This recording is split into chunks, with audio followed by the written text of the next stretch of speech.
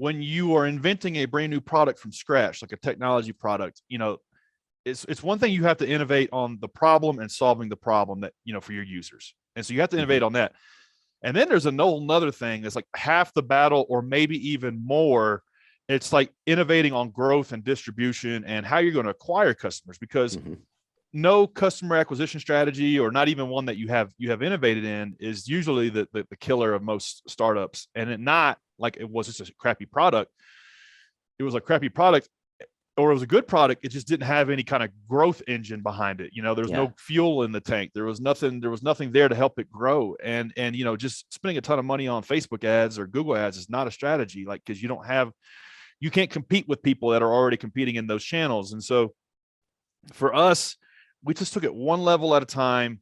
We really just did whatever we had to do to get our first 100 customers. And so how we did that was just pass out literally door flyers. Like we passed out door hangers all over Nashville, Tennessee, 10 years ago, where we lived. And so that's how we got our first 100 customers. And then we were able to interview these people and really learn about them. Like, where do they hang out at online? How do they usually solve this problem of finding a lawn cutting service? How do they usually, like, if their lawn guy flakes, how do they find another one? And what are the things they care about? What are the problems they need? And so really kind of going through that process of interviewing as many of these people as we could is how we began to formulate a customer acquisition strategy.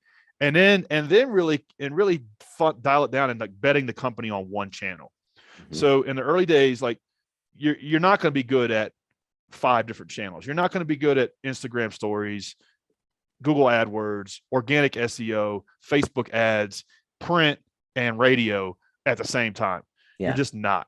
So you have to really kind of like test these things and figure out where there's some signs of hope, and then like just double down and go all in on that one channel and spend 2 or 3 years learning it, 2 or 3 years really figuring out how you're going to compete in it.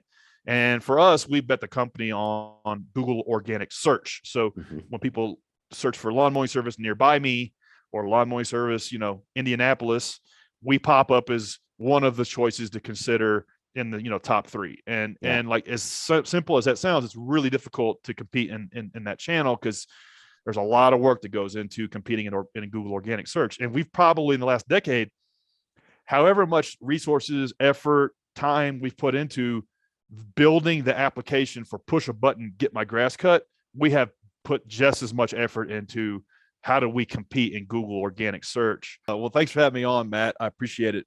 My dinner table growing up as a child, well, I'm half Cuban. So my mom was a Cuban immigrant, came here in the 60s when Fidel Castro took over. And so a lot of the food that I ate growing up around the dinner table was Cuban cuisine. Oh, wow. And it's kind of funny. I hated it back then. Really? God, I hated it. Yeah, I hated it. And now here I'm 41 years old, and now I love it. Yeah. And like when I go to Miami and little Havana, I like gobble up all the croquetas and empanadas, and it's the same food I hated when I was a kid. So it's funny.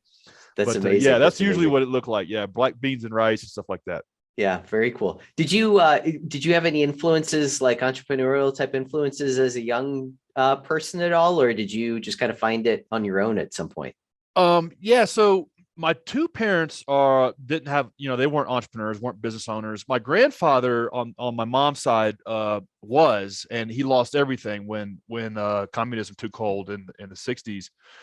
And so they say maybe like I got the DNA from him. And so I like to think about that as kind of a cool story. I kind of pay homage to him. And but I was forced into entrepreneurship actually by my father. He came into my room on a hot summer day and said, "Get off your butt.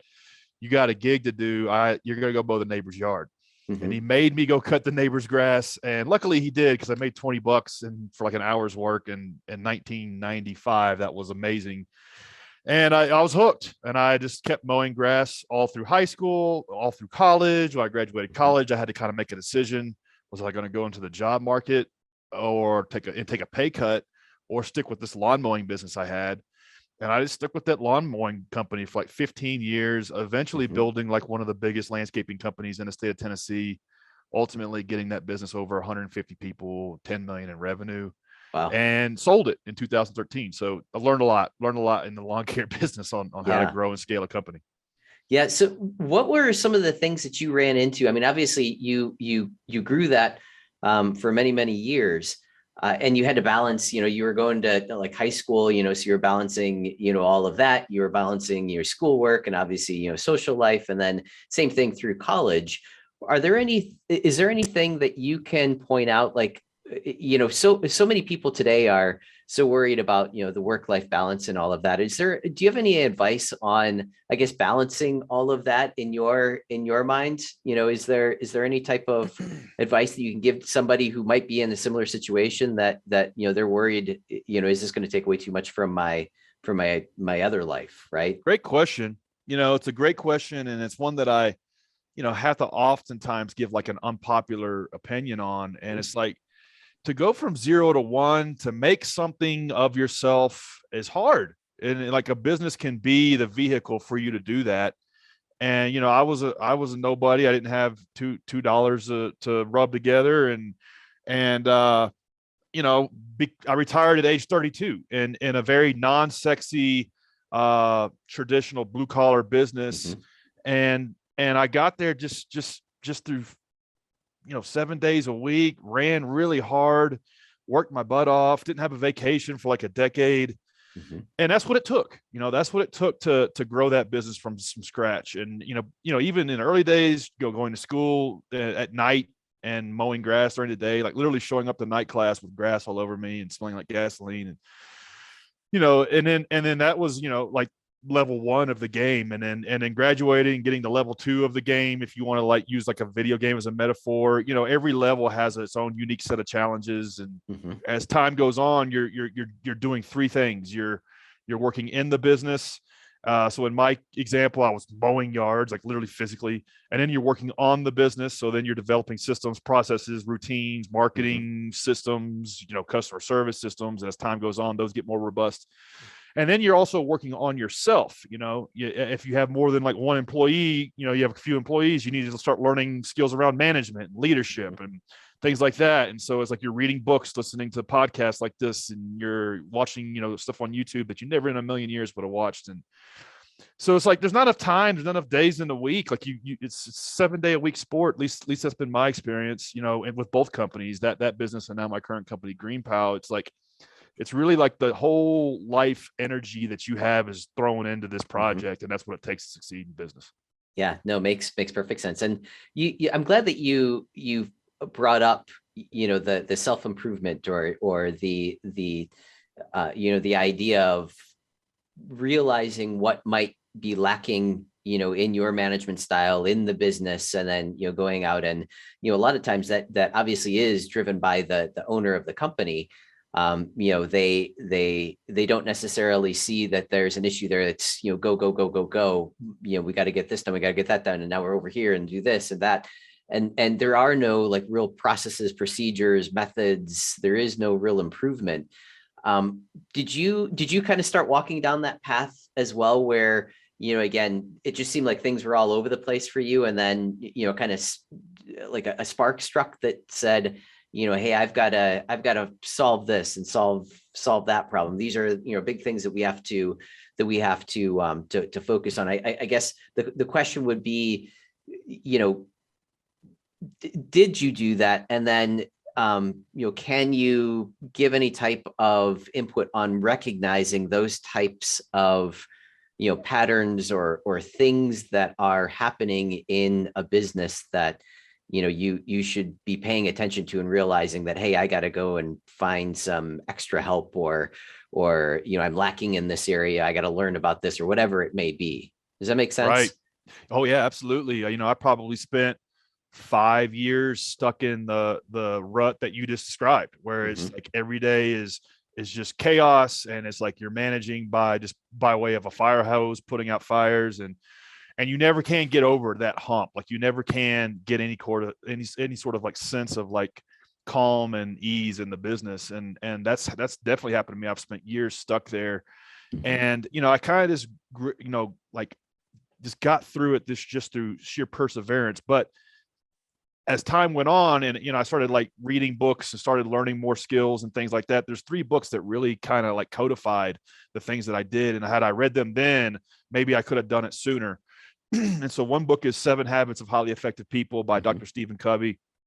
And one thing that he talks about in that book is that most people run their lives, and particularly their businesses, dominated by things that are urgent and non-important.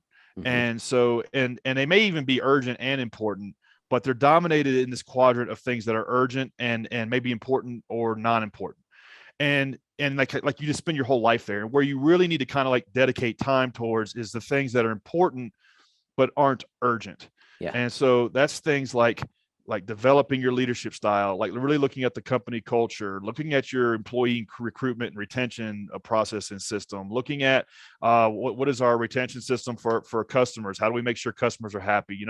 Like focusing on one of these little things at a time, and spending time in that quadrant of things that are important but aren't necessarily like burning the house down today, is where you really level up. And it's where you really kind of get out of that rut of just like Mhm. organized chaos or even unorganized chaos. And so looking back, like that's something that like just knowing that would have helped me, like even like just coming in on a Sunday and just, when the office isn't just buzzing, and like really just focusing on what are those things that like we are dealing with every single day. It could be a customer is pissed off about one thing that's we're screwing up all the time. How do we fix that? How do we develop a routine and a process to fix that? And so that's something that if I could go back in time, I would do differently, and it would save me wasted years. Two other books is uh, E-Myth by Michael Gerber. Yeah. That book is about the fundamentals of small business, and it doesn't matter if you're running a huge company, a tech business like what I run, or a lawn mowing business like what I used to run. Reading that book is table stakes because it really helps you understand and go through the motions of developing an org chart. Even if it's just your name on like every role, like you need to Mhm. go through the exercises of that. And so it kind of tees you up to be able to delegate things as you grow the business. And then another book that I like is The 4 Hour Work Week by Tim Ferriss. And that book is not about working 4 hours a week. It's about really understanding what it means to delegate and delegate well, how to develop specifications so you can delegate to freelancers, contractors, and employees, to where it frees you up to do higher leverage things like what I just mentioned, that those things that are important but aren't necessarily urgent this moment. Yeah, no, I love that. I love that. What are some of the I guess what did life look like after you went through that transition, after you started to realize, I've got to work on myself, I've got to work on these processes and systems. You mentioned, fire hoses and all kinds of fires all over the place, over here. What did your business turn into, once you started going down that path and putting those things in place? Yeah, for me, it kind of like it was like boiling a frog, until one day I was just like, man, I I was driving to the shop one day, and at this point I probably had 100 employees, and I just had this gut like pit in my stomach. I didn't want to go there. I hated it. I hated the culture. I hated I mean, it sounds terrible, but I hated some of the Yeah. people that worked for me. Yeah. And and then I realized something is like, well, you built this. Yeah. It's like as a founder, as a CEO, as a chief, you get exactly the vibe and culture in the business that you deserve, Hmm. because it really is an extension of yourself. Most small businesses, if you're doing them right, it's just like scaffolding around the founder. And that's how it was for me. And I had to like come to the realization that I built it, and it really was a reflection of me and my attitude and my vibe is why it sucked. And so I had to like go through a long, painful process of rebuilding it, the culture from the inside out, Hmm. rebuilding like why we did what we did. Really trying to figure out what my employees needed and wanted, and how we could build a system to get them where they wanted to be. And it took like 3 years. But that's one of the cool things about business is that the marketplace is a relentless arbiter of feedback. It's always going to tell you where you suck, and it's always going to like tell you where you need to improve. And it's like one of the best like personal development exercises you can ever do Yeah. is starting a company. And one of the most humbling. And so that's how it felt for me. And it was like I did it wrong for many years, and then I kind of had to like undo all of that stuff. And then when I was able to build my second company, GreenPal, I was able to avoid a lot of those mistakes. Yeah. I've never driven to the office at GreenPal and hated it. Yeah. Yeah. In fact, we're like a 10-year overnight success. And and I haven't worked a day in 10 years. And so Yeah. it really, you kind of have to do these things wrong, get the experiential wisdom around how to do them right. And if you're smart, you can shorten the time that you spend learning and not waste like 5-6 years like I have. Yeah. Yeah. What, and on either company, have you gone through and done like your core values and all of that to be able to, define who your culture should be or the types of people that you want to bring in or attract into your company? Yeah, I think like going through that exercise is and setting the culture is just so damn tough because it's like it's hard to get it right. And Yeah. it's like so often like you write these values on a chalkboard, on a whiteboard, and honesty, trustworthiness, Yeah. hard work, determination, whatever. It's like, what does that really mean? And for me, what's worked, in 20 years, is like, it's not necessarily values, it's virtues. It's like, it's what are we actually doing? Mm-hmm. And we're all kind of doing that way. And Mm-hmm. so some virtues might be for us, at GreenPal, we're like the Uber for lawn mowing. And really all we care about in life is growing the revenue of the small business owners that use our platform. Mm-hmm. Mm-hmm. If we focus on like materially improving the livelihood of landscape contractors that use our platform, then everything else just kind of takes care of itself. And so everything we do manifests itself in certain virtues that like map back to that. And like, if you're not on the bus for like helping contractors grow their business and really caring about it, then you don't belong here. And so that's how we look at it. That's and really like less is more. Like really like distilling it down to like one or two things and like only worrying about those. And it's like, I've screwed this up so many times where, you try to bring in consultants, you try to like rah the team around some BS, and it just never works. Yeah. Yeah. It has to be something like genuine and authentic that everybody gives a shit about. And if you don't have that, then like, then it's not good. And it's like, maybe don't even worry about culture if you're not going to do it that way. That's been my experience. Yeah, no, and I agree with that as well. It's actually interesting. So I'm a big person on the core values, and I did the exact same thing that you described too, where it was a word and then a definition. You're trying to define what that word means to you. And I was actually on a podcast. This is probably about a year ago now or so. I was on a podcast, and a guy was going through his core values, and what a difference it made in his business life. And what I realized with all of his core values, which you kind of said the exact same thing, is all of them were all action based, right? It wasn't just one single word. Right. It was, it was an action. This is what we're going to do. This is what, this is how we're going to, lead or present ourselves or whatever it is.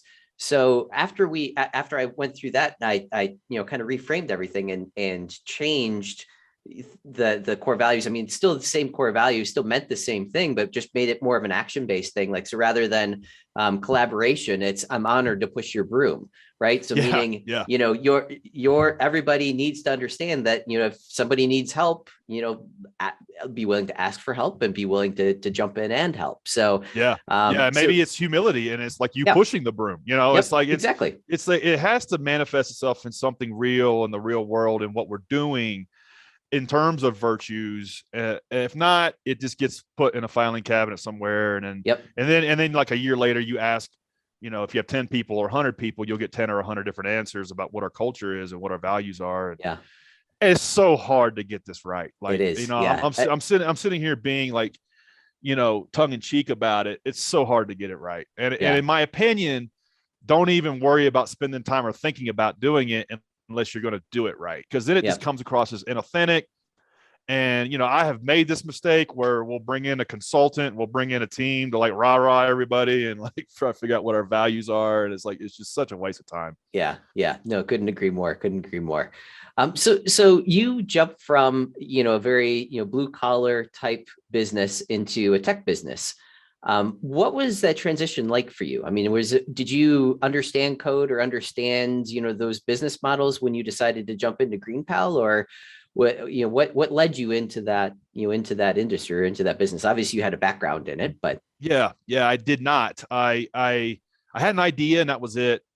And I knew it was a good idea because I kind of saw it every day. Yeah. Yeah. Over That's like, what I meant. You like, that was your background. Like that, that was your it. business was that. Yeah. That was the only competitive advantage. Like the only thing I and my co-founders had going for us was that like my tacit experience of and the scars.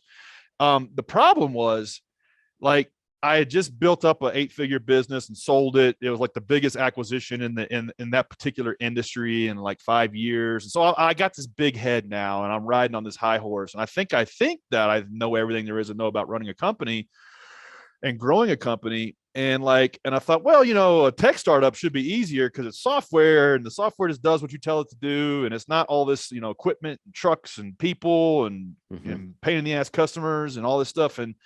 And luckily I didn't know what I didn't know. And it was almost like naivete as an asset, because if I'd known how hard it was actually going to be, I never would have done it. I just would have done something else. But luckily we just got in there and we started figuring out as we went. We didn't know how to build software. We didn't know how to design software. Out of the gate, we made a big mistake. We paid a development shop, an agency to build what we thought the app should be based on like this idea that I had. And that was a total failure. We wasted like 150 grand doing that. And then we're confronted with the reality, like, okay, if we're going to be in the tech business, we got to learn how to execute tech. It's like, looking back, it's as stupid as starting like a 5-star restaurant with no chef and wondering why no customers want to give you 100 a plate or something like that. And so it's like, so we had to learn this stuff ourselves. And we just went to every online code camp we could, YouTube University. And it took a long time, like probably end to end, almost 3 years, but we learned how to develop software. And like based on the feedback that people were telling us is how we iterated and made it better and better and better. Here we are 10 years later, we have a few 100,000 people using the app, which is great. We ended our first year with 27 people using the app. So now we have a few 100,000 and doing multiple 8 figures a year in revenue. So we're doing good now, but the first few years were really tough. Yeah. Yeah. No, that makes sense. So did you actually learn yourself how to code too? Yes. I had to learn how to do front end engineering. I'm a terrible front end coder. Yeah. My back end, my co-founder learned how to do back end coding. He actually went to a boot camp. That was like $9,000 and it was 9 months long. And so he went to that every day and then coded on the project at night and put the $9,000 on like a credit card. It was like, it was like so hard. It was so scrappy, but he learned enough to build the next version. And then after we got some acumen around this stuff and like kind of learned the 80-20 of what software design and development is, we were able to then delegate the right way. And so like delegation by way of abjucation, which is like, I don't know how to do this. It scares me. I don't want to learn how to do it. You handle it. That's usually a disaster. And so that's what happened to us. And then, but delegation from stewardship is like how you should delegate. So it's like, okay, here's what we're doing. Here's why we do it this way. This is how we do it. This is how long it should take. This is what we expect the quality of it to be. This is when we expect you to have it back. And that's stewardship delegation. And so that's the way to delegate. But you really can't delegate in that manner until you kind of understand what the hell it is you're doing. And so that was kind of the ticket price that we had to pay. And it took a long time to learn, but we did it. Yeah. And you mentioned the 80-20 rule there, and I don't know if you'll be able to answer this. Are there any specifics that you would suggest if someone is, in your shoes, doesn't have a coding background? Are there any, the 80% that you shouldn't know, or I guess focus on the 20% that you should know? Anything that stands out that, you should understand this part of it, and that'll take care of a big, portion of whatever it is that you're, trying to accomplish? Yeah, it's in terms of software development, it's really tough because you can just go down the rabbit hole on this stuff and spend weeks on inane things that almost nobody even knows about. And it's like, so it's tough. So Reid Hoffman, who is the dude who founded LinkedIn and like really successful venture capitalist, says, if you're not completely embarrassed by your first release of your product, then you waited too long. Yeah. So that's usually a pretty good like yardstick. It's like it's okay to be embarrassed about it. It's gonna suck. It's gonna be buggy, but you need to learn enough to just get it to that point of Yeah. embarrassment. Yeah. Just get it to the embarrassment point, because if you spend, a year trying to learn some like niche library like Node.js or Angular or something like that, you don't have enough time. You need to learn the basics and then learn enough to get something out that's embarrassing, get 100 customers on that, and then make a little bit of money, and then go get somebody who's an expert at Angular. They've been doing Angular for 5 years and get them in that slot. At least you know how to put them in a slot now. Yeah. Yeah. Whereas, beforehand you didn't even know what any of this stuff was. And so I guess the thing is like you have to get to a point where you can at least put out something that's embarrassing. If you can't put out something that's embarrassing, then you got to get to that point. So that would be the 80-20, like, I guess, rule of thumb that based on my experience. Yep. That makes sense. And then, you've had quite a bit of success, marketing your company, or at least, acquiring customers, and that's quite a customer base. Any advice on how to market a technology company? And I'm assuming I think your product works with both, the customers, meaning the homeowners, or, people that actually need the service done. And then it also works with the service providers as well. So you kind of have two different demographics that you're trying to go after.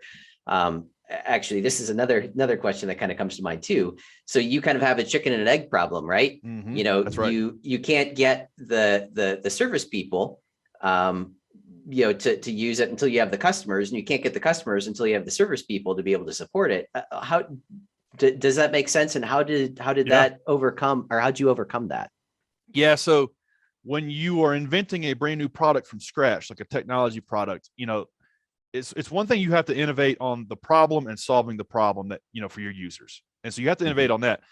And then there's another thing that's like half the battle, or maybe even more. It's like innovating on growth and distribution and how you're going to acquire customers, because no customer acquisition strategy, or not even one that you have innovated in, is usually the killer of most startups. And it not like it was just a crappy product. It was a crappy product, or it was a good product. It just didn't have any kind of growth engine behind it. There was no fuel in the tank. There was nothing there to help it grow. And just spending a ton of money on Facebook ads or Google ads is not a strategy, like, because you can't compete with people that are already competing in those channels. And so for us, we just took it one level at a time.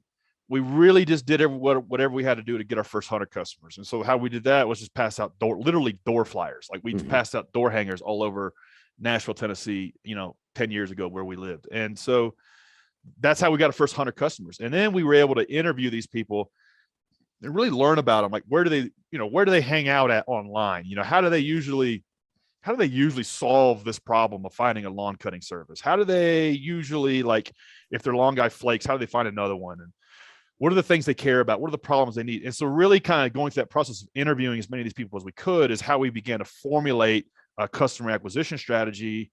And then really dial it down and like betting the company on one channel.